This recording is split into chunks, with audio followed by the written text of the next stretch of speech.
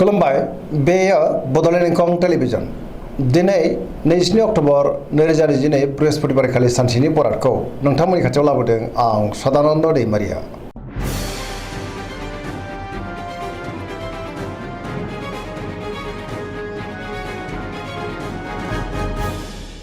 सिगां फरायनो लादों मेष राशि गिबि हांखो अ ल दिनैनि साना जोबोद मोजां बहाबा दावबायनो एबा हान्थिनो खाबु मोननो हागौ आरो मोजाङैनो हान्थिनोबो हागोन। गोसोखौ दिनै जोबोर गोजोननाय मोनगोन मावनो लानाय खामानिखौ थि समावनो आरो गोरलैयैनो मावफुंनोबो हागोन। सिगांनि बबेबा आद्रा खामानिखौबो दिनै मावफुंनो हागोन। देहाया मोजाङै थागोन बहानिफ्रायबा मोजां खौरां फैनोबो हागौ। रांखावरियाव मोजां बेफार फालांगियावबो जोबोर मोजां मुलाम्फा मोनगोन। सोरबा लोगोनिफ्राय थोजासे हेफाजाब मोननो हागौ। न'खराव अननानै फैगोन बिमा बिफानि अननाय आरो बोरखौ दिनै मोननो हागौ। गुबुननि गोसोखौ गोरलैयैनो बोनो हागोन। गोसोनि बोलोआबो बांगोन। समाजाव मान मोनगोन। सेंग्रा सिख्लाफ्रा जोबोर खुसि जागोन आरो पजिटिभ एनार्जिनि गोहोमबो गोग्लैगोन। फरायसाफ्रा दिनै फरायनायाव गोसो दुंखांगोन आरो मोजां फिथाइ मोननोबो हागोन।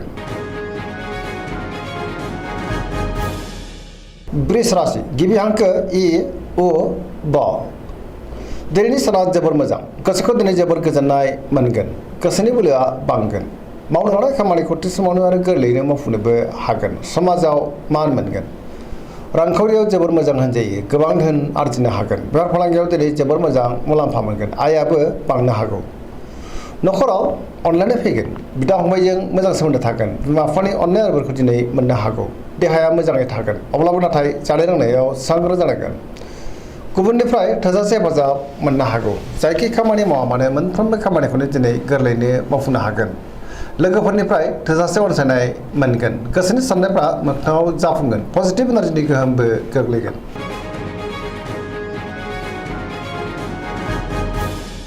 मिथुन राशि गिबि हांखो क स दिनैनि साना जोबोर मोजां पजिटिभ एनार्जिनि गोहोम गोग्लैनो हागौ। मोनफ्रोमबो बिथिङाव जाफुंसारगोन।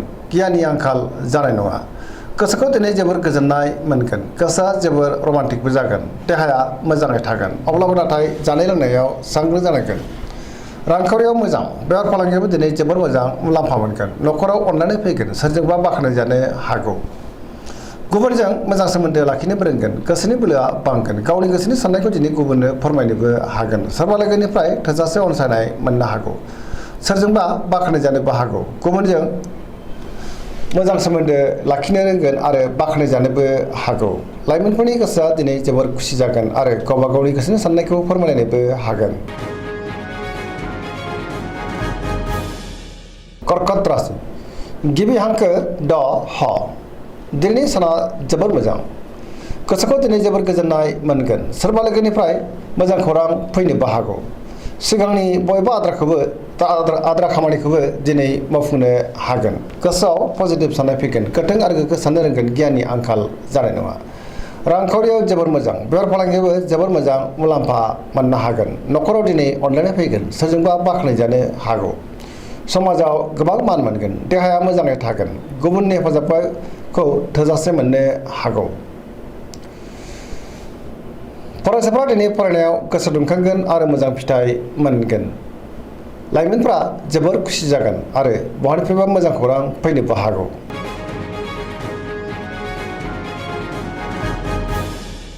सिंह राशि गिबि हांखो म ट दिनैनि साना जोबोर मोजां पजिटिभ एनार्जिनि गोहोम गोग्लैगोन। गोसोआव पजिटिभ साननाय फैगोन। गोथों आरो गोग्गो साननो रोंगोन। गियाननि आंखाल जानाय नङा। मावनो लानाय खामानिखौ थि समावनो आरो गोरलैयैनो मावफुंनोबो हागोन। सोरबा लोगोनिफ्राय थोजासे हेफाजाब मोनगोन।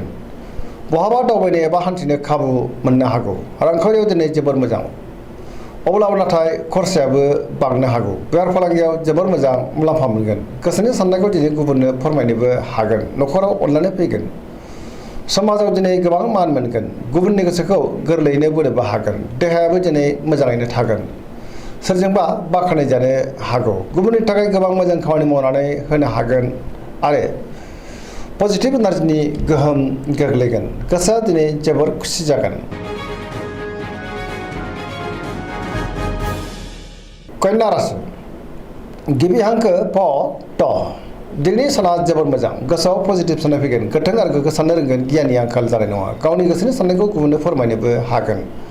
रांखावरियाव जोबोर मोजां अब्लाबो नाथाय खरसायाबो बांनो हागौ बेफार फालांगियाव दिनै जोबोर मोजां मुलाम्फा मोनगोन सोरजोंबा बाख्नाय जागोन देहाया मोजाङै थागोन बहाबा थाङोब्ला दिनै जोबोर मोजां आरो मोजाङैनो हान्थिनो हागोन न'खराव बिसि फिसायनि गेजेराव अनलायनाय फैगोन बिदा फंबायजों मोजां सोमोन्दो थागोन पजिटिभ एनार्जिनि गोहोमबो गोग्लैगोन फरायसाफ्रा दिनै फरायनायाव गोसो दुंखांगोन आरो मोजां फिथाइ मोनगोन सेंग्रा सिख्लाफ्रा जोबोर रमान्टिक जागोन आरो गावबा गावनि गोसोनि साननायखौ फोरमायलायनोबो हागोन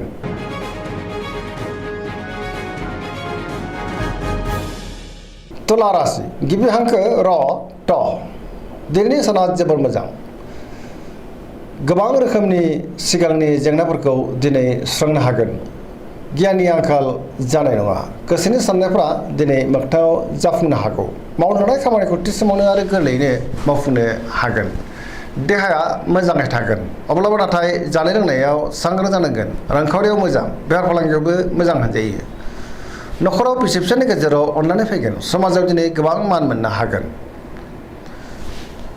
सोरबा लोगोनिफ्राय थोजासे हेफाजाब मोननो हागौ गोदान खामानियाव दिनै आखाइ होनोबो हागोन सोरजोंबा बाख्नाय जागोन पजिटिभ एनार्जिनि गोहोमबो गोग्लैनो हागौ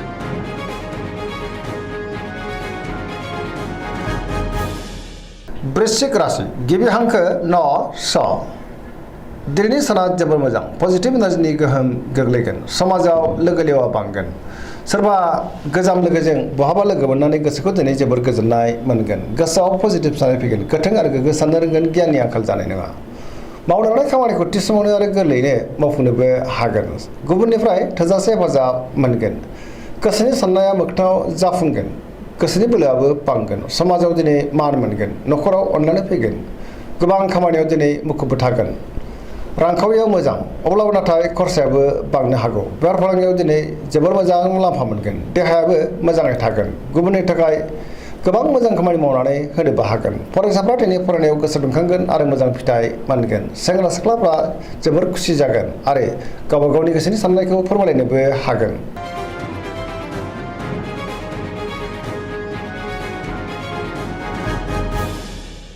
धनु राशि गिबि हांखो ध फ भ दिनैनि साना जोबोर मोजां गोसोआव बोलो बांगोन मावनो हानाय खामानिखौ थि समावनो आरो गोरलैयैनो मावफुंनोबो हागोन माबा नङा माबा मोनसे मोजां खौरां फैनोबो हागौ गोसोनि साननायफ्रा दिनै मोगथाङाव जाफुंनो हागौ रांखावरियाव जोबोर मोजां बेफार फालांगियावबो जोबोर मोजां मुलाम्फा मोनगोन समाजाव गोबां मान मोनगोन बहाबा थाङोब्ला दिनै जोबोर मोजां आरो मोजाङैनो हान्थिनोबो हागोन सोरजोंबा बाख्नाय जागोन न'खराव बिदा फंबायनि हेफाजाबखौ थोजासे मोनगोन बिमा बिफानि अननाय आरोफोरखौबो मोननो हागौ लाइमोनफ्रा जोबोर खुसि जागोन आरो गावबा गावनि गोसोनि साननायखौ फोरमायलायनोबो हागोन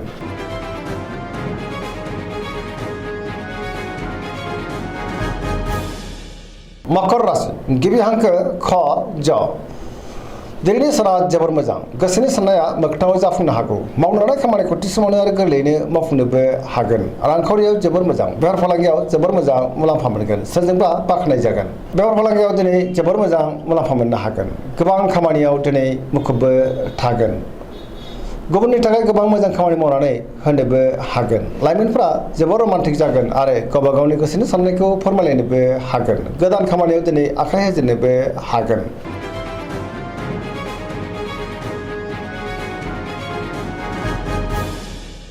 कुम्भ राशि गिबि हांखो ग स दिनैनि साना जोबोर मोजां गोसोखौ दिनै जोबोर गोजोननाय मोनगोन गुबुननि थाखाय गोबां मोजां खामानि मावनानै होनो हागोन मावनो हानाय खामानिखौ थि समावनो आरो गोरलैयैनो मावफुंनोबो हागोन बहानिफ्रायबा मोजां खौरां फैनोबो हागौ समाजाव बयजोंबो अनसायजागोन गोबां मुंदांखा सुबुंजों दिनै लोगो मोनज्लायनो हागौ रांखावरियाव जोबोर मोजां बहानिफ्रायबा गोबां धोन मोननोबो हागौ बेफार फालांगियावबो दिनै जोबोर मोजां मुलाम्फा मोनगोन देहाया मोजाङै थागोन अब्लाबो नाथाय जानाय लोंनायाव सांग्रां जानांगोन गुबुननिफ्राय थोजासे हेफाजाब मोनगोन पजिटिभ एनार्जिनि गोहोमबो गोग्लैनो हागौ सरासनस्रायै दिनै साना जोबोर मोजां आरो मोजाङैनो बारग'लांगोन